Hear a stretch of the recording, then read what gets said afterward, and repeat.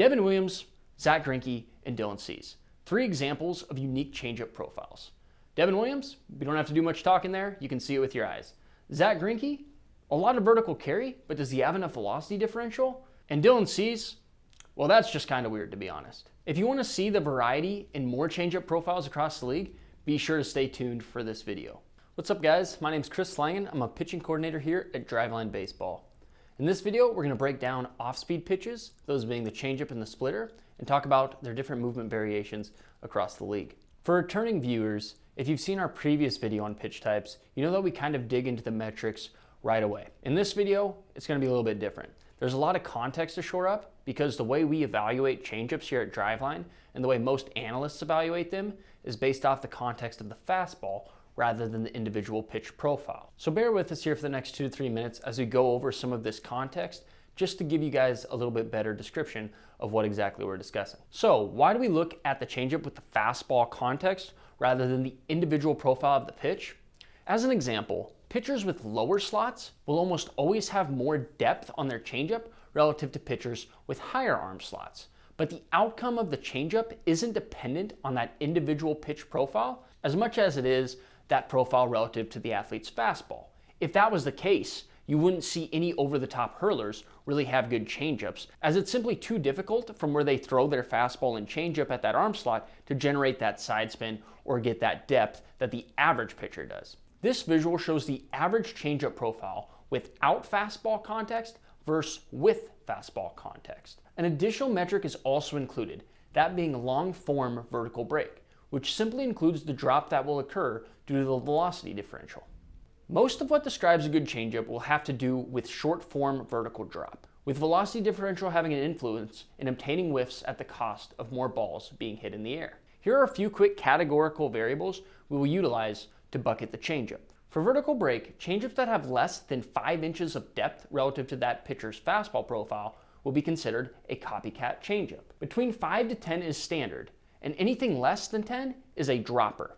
Remember that the average vertical break separation across the league is about 8 inches. For velocity differentials, we'll use 3 tags as well. Firm is anything less than 6 miles per hour off the pitcher's fastball. Anything that has more than 9 miles per hour of velocity separation will be considered a parachute changeup. Finally, we've got horizontal break. Now, this metric still needs to be contextualized as there are pitchers who have, say, 10 to 15 inches of run on their changeup compared to their fastball. But if you look at our introductory slide that looks at the descriptive outcomes of changeups, you'll see that horizontal break falls behind a bit. Thus, for the contents of this video, we will simply highlight pitchers who have at least 6 inches of arm side run relative to their fastball profile. Let's practically apply this using a visual of Rays lefty Josh Fleming and Jharel. Here's a look at an average changeup spin profile and then a look at Fleming's. Based on his individual changeup profile, he gets 7 inches of depth relative to the average changeup.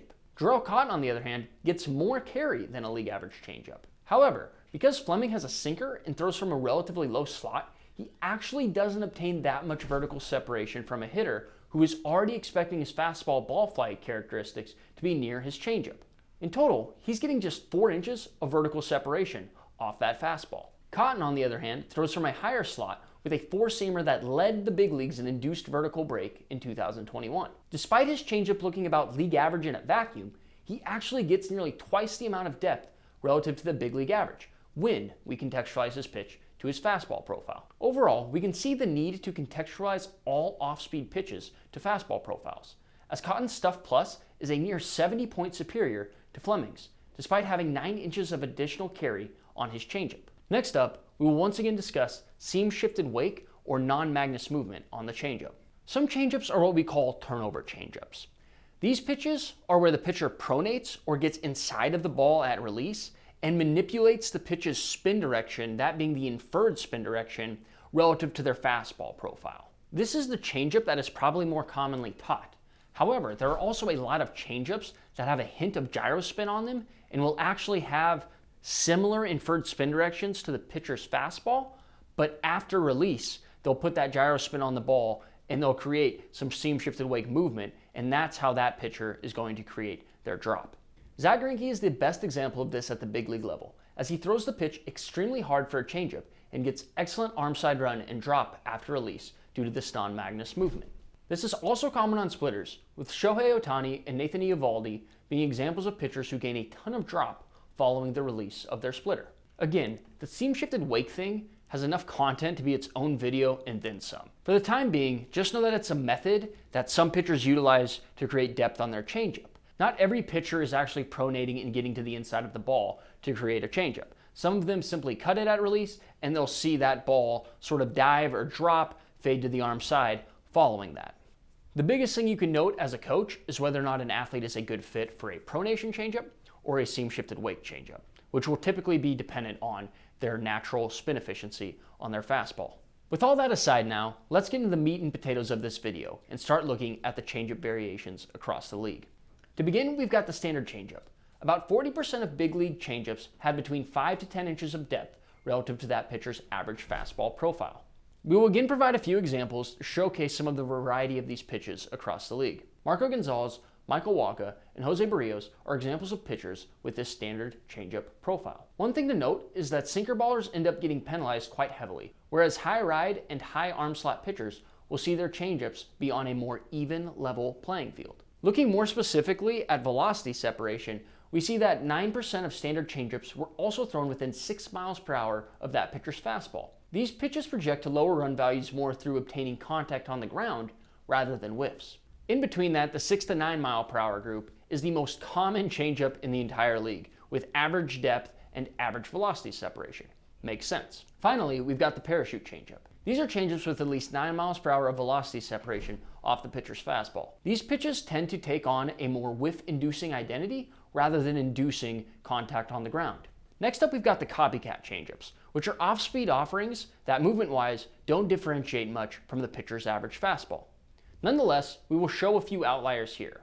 Kyle Hendricks is an example of someone who throws a Copycat Changeup, with John Means and Dylan Cease throwing slow Copycat variants. Each pitcher has seen considerable success with this profile. The firm Copycat is ultimately the least sought-after changeup profile by a long shot. It's essentially a BP fastball and historically has the worst run value of these classifications by a long shot. Not so shockingly, it has the lowest usage at just 6%. The standard Copycat has some velocity separation at around 7.5 miles per hour. It's still not necessarily sought after, but some pitchers, such as Mike Minor, do get exceptional run on the offering, which should be taken into consideration. There's also some non-Magnus qualities that can potentially help out a pitch that looks unimpressive on paper, along with the obvious fact that Kyle Hendricks and Dallas Keuchel have exceptional command with the offering. The Bugs Bunny changeup is perhaps the most head-shaking profile across the league. Despite having no vertical separation from the fastball, it's actually performed quite well league-wide, lowering run values more than any of our regular changeup variants we just discussed. Essentially, this pitch's identity is just in velocity separation. It's likely most pitchers struggle to throw this pitch without altering their mechanics significantly to lose the velocity.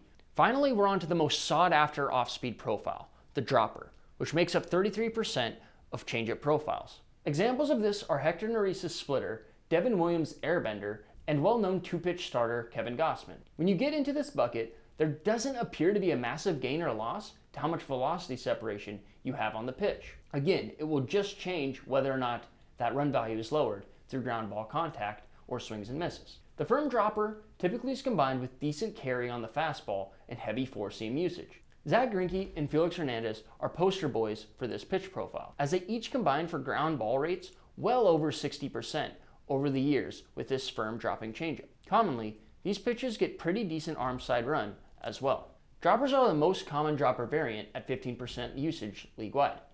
These are commonly splitters, and we'll see a little bit of a shift towards generating whiffs with that added velocity separation compared to the firm dropper. Finally, we've got the parachute dropper, where Devin Williams' airbender lives. This is a pitch with tremendous velocity and vertical break separation. Typically, this pitch is a changeup that is turned over a bit at release, meaning a pitcher with a fastball spin direction of say 130 would get that release to at least 230 with their changeup without even the need for non-Magnus movement. The biggest takeaways for this video should be the need to contextualize the changeup to the fastball's profile, the need to get vertical break separation, and the need to get velocity separation if there is very limited vertical break separation on your changeup or splitter. Again, changeups can take on different roles. A slower one with equivalent movement metrics is more likely to pick up a whiff, all things being equal, whereas a firmer one is more likely to generate contact on the ground. However, if you want to really play it safe, Just ensure you're getting 10 inches of vertical break separation between the fastball and the changeup. Appreciate everyone for following along today. This was a bit more of a lengthier video as we had a lot of context to flush out. If there's a certain topic you'd like us to hit further, please let us know in the comments below. If you enjoyed the video, be sure to subscribe and don't be afraid to hit that like button.